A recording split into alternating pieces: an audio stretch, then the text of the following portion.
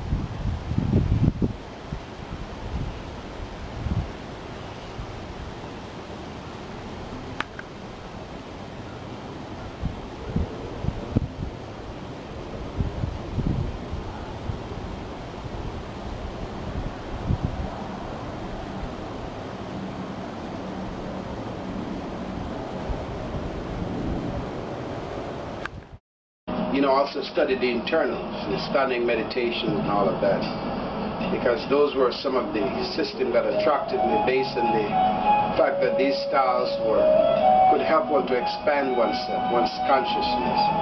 It shows you a limitless expanse of what the human potential is in regards to higher form of development. Spirituality shows one, it takes you into a higher form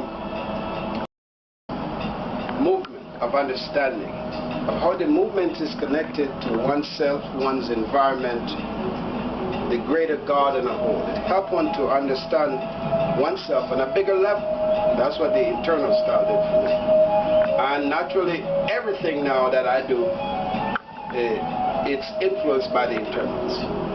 And internal, by the way, when you talk in terms of meditation, for me, my understanding of it is to turn inward. Internal is simply turning the mind around, closing out the external distraction, to hone one's skill, to like a laser, honing like a laser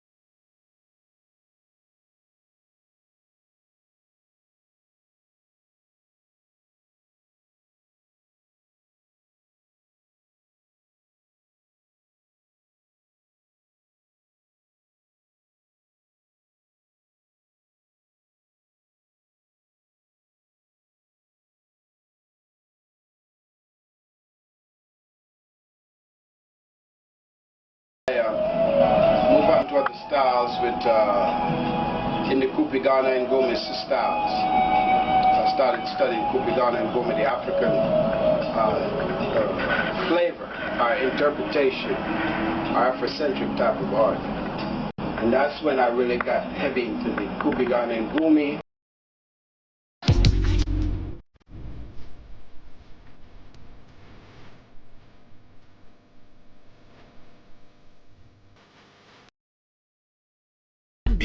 We hina, we roll it. The boy want be hen it, make one shot on it.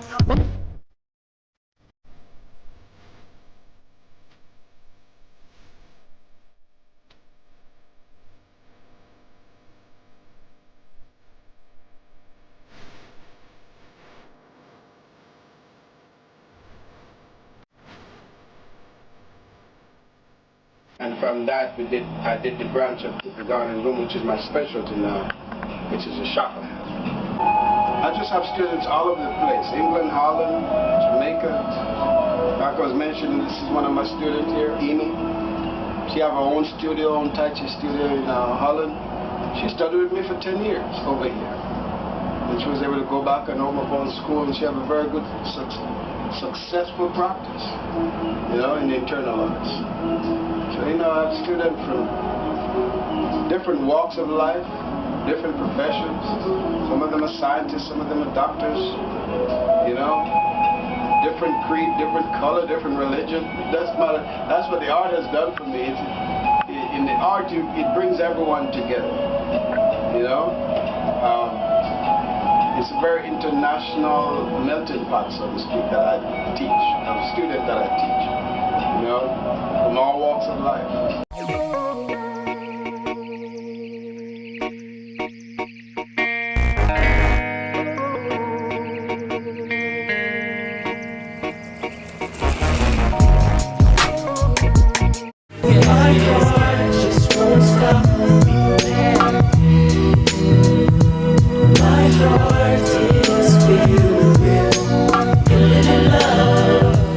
My heart just won't quit.